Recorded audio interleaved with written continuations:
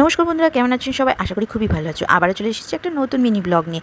আর আজকে আমরা কোথায় যাচ্ছি? আজকে আমরা যাচ্ছি আমার মেয়ের স্কুলের আজকে প্রোগ্রাম ছিল, মানে রাজা রামমোহনের আজকে ছিল 252তম জন্মদিন।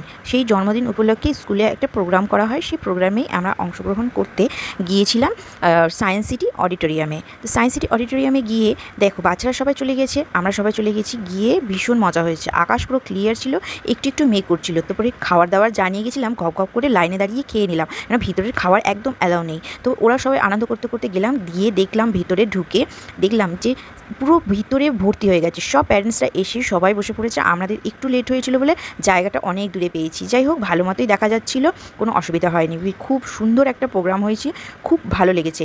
বাচ্চারা এই প্রথম দেখলো, ওদেরও খুব আনন্দ হয়েছে। এর আগের বছর হয়তো যাওয়া হয়নি। তারপরে এরা যারা মেরিট ছিল তারা সবাই প্রাইজ দিল, এদের ডান্স হলো, বাচ্চাদের খুব সুন্দর লেগেছে, বাচ্চারাও খুব আনন্দ পেয়েছে। প্রোগ্রাম শেষে